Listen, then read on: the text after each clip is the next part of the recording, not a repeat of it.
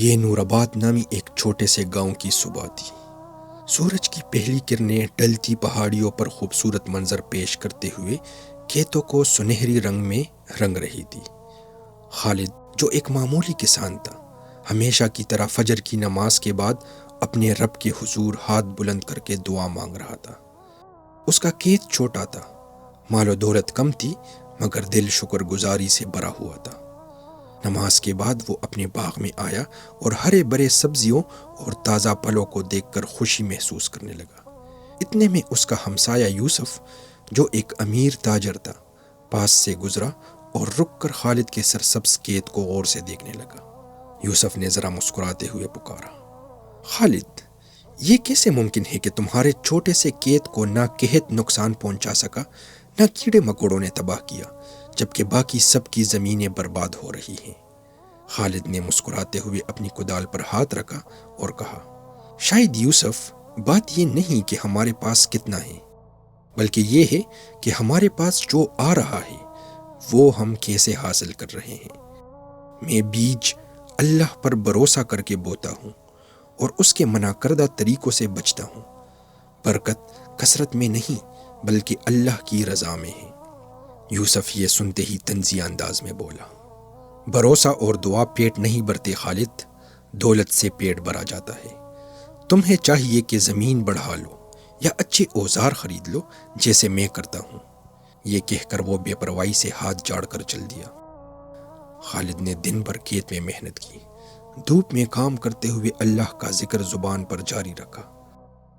دوپہر کو اس نے اپنا معمولی سا کھانا نکالا، ایک روٹی، چند کھجورے اور پانی کا مٹکا۔ جیسے ہی اس نے کھانے کا ارادہ کیا، ایک چھوٹا لڑکا زید پیٹ پکڑے اس کے پاس دوڑتا آیا۔ زید نے کمزور آواز میں کہا، چچا خالد، مجھے بہت بھوک لگی ہے۔ بغیر کسی تردد کے خالد نے اپنا کھانا اس کے ہاتھ میں رکھ دیا اور مسکرا کر بولا، لے بیٹا، کھا لے، میرا رزق مجھے اللہ دے گا۔ زید نے خالد کے ساتھ مل کر شوق سے کھانا کھایا، پھر معصومیت سے خالد کی طرف دیکھ کر بولا، چچا خالد، آپ ہمیشہ اتنے خوش کیسے رہتے ہیں؟ آپ کے پاس تو نہ اچھے کپڑے ہیں نہ بڑا گھر۔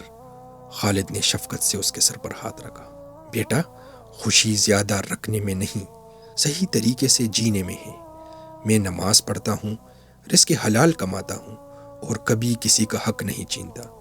جب انسان اللہ کے طریقے پر چلتا ہے تو وہ اس کے تھوڑے سے رزق میں بھی برکت ڈال دیتا ہے۔ دوسری طرف یوسف کی زندگی بظاہر خوشحال مگر اندر سے بے سکونی کا شکار تھی۔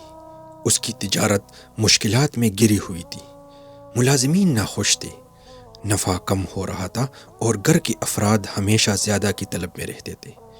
ایک شام وہ اپنے عالی شان گھر میں بیٹھا حساب کتاب دیکھ رہا تھا کہ اس کی بیوی فاطمہ پاس آئی۔ یوسف، ہمارے پاس سب کچھ ہے مگر پھر بھی دل کو سکون نہیں ملتا، آخر کیوں؟ یوسف نے گہرا سانس لیا، مجھے نہیں معلوم فاطمہ، میں دن رات محنت کرتا ہوں، سمجھداری سے سرمایہ لگاتا ہوں، پھر بھی ایسا لگتا ہے کہ برکت مال سے نکل رہی ہے۔ یہ سنتے ہی فاطمہ نے تھوڑا سوچ کر کہا، شاید خالد صحیح کہتا ہے، برکت دولت کی کثرت میں نہیں بلکہ اللہ کی رضا میں ہے۔ ہم نے کہیں نہ کہیں اللہ کے احکامات کو نظر انداز کیا ہے۔ یوسف نے خاموشی اختیار کی، مگر یہ الفاظ اس کے دل میں گونجنے لگے۔ کچھ ہی ہفتوں بعد گاؤں پر شدید خشک سالی آن پڑی، کھیت سوکھنے لگے، پانی نایاب ہو گیا، مگر حیرت انگیز طور پر خالد کے کھیت میں اب بھی اتنی پیداوار تھی کہ وہ نہ صرف اپنے گھر کا گزارا کر رہا تھا بلکہ دوسروں کو بھی بانٹ رہا تھا۔ ایک دن گاؤں والے چوراہے پر جمع ہوئے اور فکر مند نظروں سے خالد کی طرف دیکھنے لگے۔ خالد، ہمیں بتاؤ، تمہارے کھیت میں ایسا کیا ہے جو ہمارے کھیتوں میں نہیں؟ کسی نے سوال کیا۔ خالد نے سکون بھری آواز میں کہا، اس میں کوئی راز نہیں میرے دوستو، میں اللہ کے حکم پر بھروسہ کرتا ہوں، حرام سے بچتا ہوں اور اپنے روزگار کو پاک رکھتا ہوں۔ جو نماز وقت پر پڑھتا ہے، صدقہ دیتا ہے اور دوسروں سے انصاف کرتا ہے، اللہ اس کے رزق میں برکت ڈال دیتا ہے۔ بس اصل راز یہی ہے۔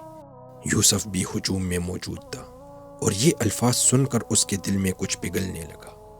اسی رات یوسف خالد کے گھر گیا، جہاں وہ زید کے ساتھ بیٹا اسے قرآن کی تلاوت سکھا رہا تھا۔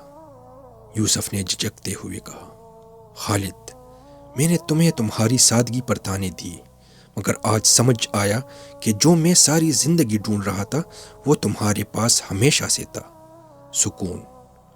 مجھے سکھاؤ کہ میں بھی اپنی زندگی میں برکت کیسے لا سکتا ہوں۔ خالد نے مسکرا کر کہا، یہ واپسی کا سفر ہے یوسف، اپنی کمائی کو پاک کرو، حرام سے بچو، وقت پر نماز پڑھو، دوسروں کی مدد کرو اور اللہ سے معافی مانگو۔ جب تم ایسا کرو گے، اللہ تمہارے مال میں، تمہاری صحت میں اور تمہارے دل میں سکون ڈال دے گا۔ یوسف نے سر ہلایا، اس کی آنکھوں میں پختہ عزم تھا۔ اگلے ہی دن اس نے اپنے معاملات سدھارنے شروع کیے، ناجائز کمائی واپس کی، ملازمین کو پورا حق دیا اور غریبوں میں کھانا تقسیم کیا۔ وقت کے ساتھ اس کی تجارت سنبھل گئی، مگر سب سے بڑھ کر اس کے دل کو وہ سکون ملا جس کی وہ ہمیشہ تلاش میں تھا۔ چند مہینوں میں گاؤں پھر سے خوشحال ہو گیا، قحط ختم ہوا اور لوگوں نے خالد کی سادگی اور ایمانداری سے سیکھ کر اپنی زندگیاں بدلنی شروع کر دی۔ ایک شام زید خالد کے پاس بیٹھا اور پوچھنے لگا، چچا خالد، کیا میرے پاس بھی کبھی ایسی برکت آئے گی؟ خالد نے مسکراتے ہوئے جواب دیا، بالکل میرے بیٹے، بس ہمیشہ ایمانداری، شکر گزاری اور اللہ پر بھروسہ رکھو، اس کے حکم پر چلو، اس کی منع کردہ چیزوں سے بچو، اور یاد رکھو، برکت مال کی کثرت میں نہیں، اللہ کی رضا میں ہوتی ہے۔